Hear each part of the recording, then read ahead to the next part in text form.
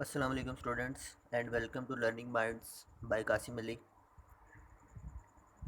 Chemistry में जो हमारा आज का टॉपिक है वो है effect of temperature on solubility. Last time हमने पढ़ा था सोल्यूट सॉल्वेंट इंटरेक्शंस। सोलबिलिटी का फर्स्ट फैक्टर हमने पढ़ा था। आज हमारे पास है effect of temperature on solubility.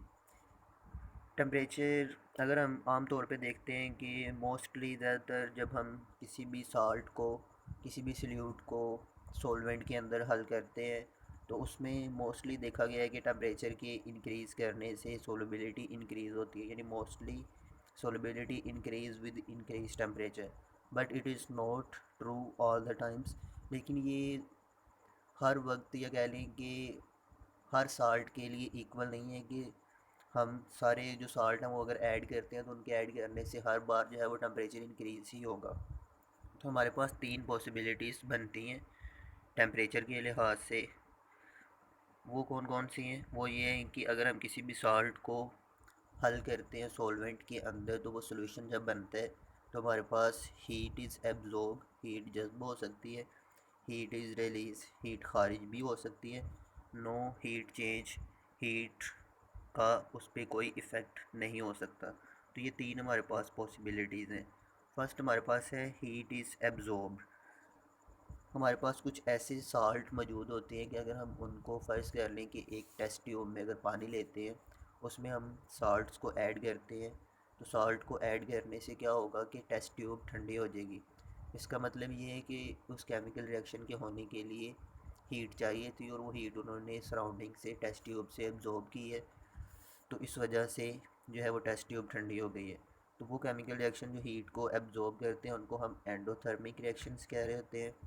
और एंडोथर्मिक रिएक्शंस की जो हीट ऑफ सॉल्यूशन है वो पॉजिटिव होती है।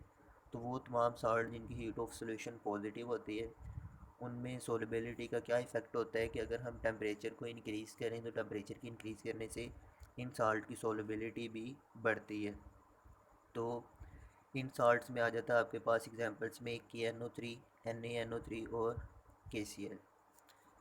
उसके बाद आपके पास आ जाता है ये ग्राफ है जो कि सोलबिलिटी कर्व्स को बयान कर रहा है। हर साल्ट की एक सोलबिलिटी कर्व बनी हुई है। सोलबिलिटी को हमने वाई एक्सिस पे लिया है और टेम्परेचर को एक्स एक्सिस पे। तो NaNO3 की भी कर्व बनी है, यानी हर एक की कर्व बनी है और ये मोस्टली कर्व्स ऊपर की जानिब राइज कर रही हैं।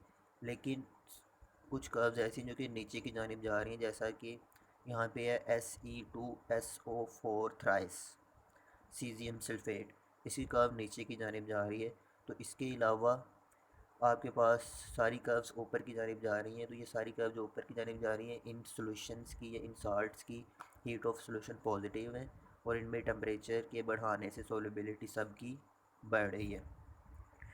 उसके बाद ये जो सीजियम सल्फेट है इसकी हीट ऑफ सॉल्यूशन नेगेटिव होती है। ये हमने अभी पढ़ना है कि हीट इज़ गिवन आउट।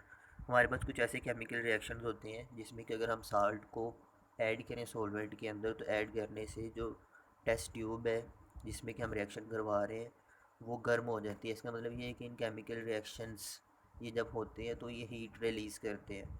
तो वो रिएक्शन जो हीट रिलीज़ करते हैं उनको हम एक्सोथर्मिक रिएक्शन कह रहे होते हैं। तो एक्सोथर्मिक रिएक्शन की हीट ऑफ सॉल्यूशन नेगेटिव होती है।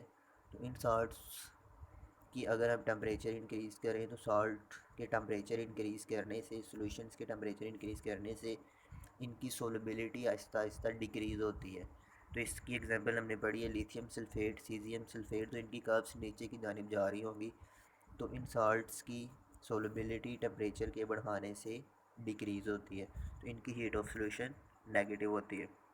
उसके बाद आपके पास है नो चेंज इन हीट। हमारे पास कुछ ऐसे साल्ट में है कि अगर उनको हम ऐड करते हैं सॉल्वेंट के अंदर तो ना तो टेस्ट ट्यूब गर्म होती है और ना टेस्ट ट्यूब ठंडी होती है। मीन कि टेम्परेचर का इफ़ेक्ट उन पे नहीं होता। बेशक हम टेम्परेचर इंक्रीज़ कर दें डिक्रीज़ कर दें उनकी सोलबिलिटी कांस्टेंट रहती है। इसके एग्जांपल में हमारे पास जो है वो NaCl है। अगर हम ऊपर ग्राफ से चेक करें तो NaCl की जो कर्व है वो ऑलमोस्ट इक्वल है। तो ये जो NaCl है इसका टेम्परेचर पे इफ़ेक्ट नहीं होता। बेशक टेम्परेचर इंक्रीज़ करें या टेम्परेचर डिक्रीज़ करें तो इनका सोलबिलिटी पे कोई इफ़ेक्ट नहीं होता। तो ये था no heat change, no change in heat. तो ये हमारा आज का टॉपिक था। Thank you for watching.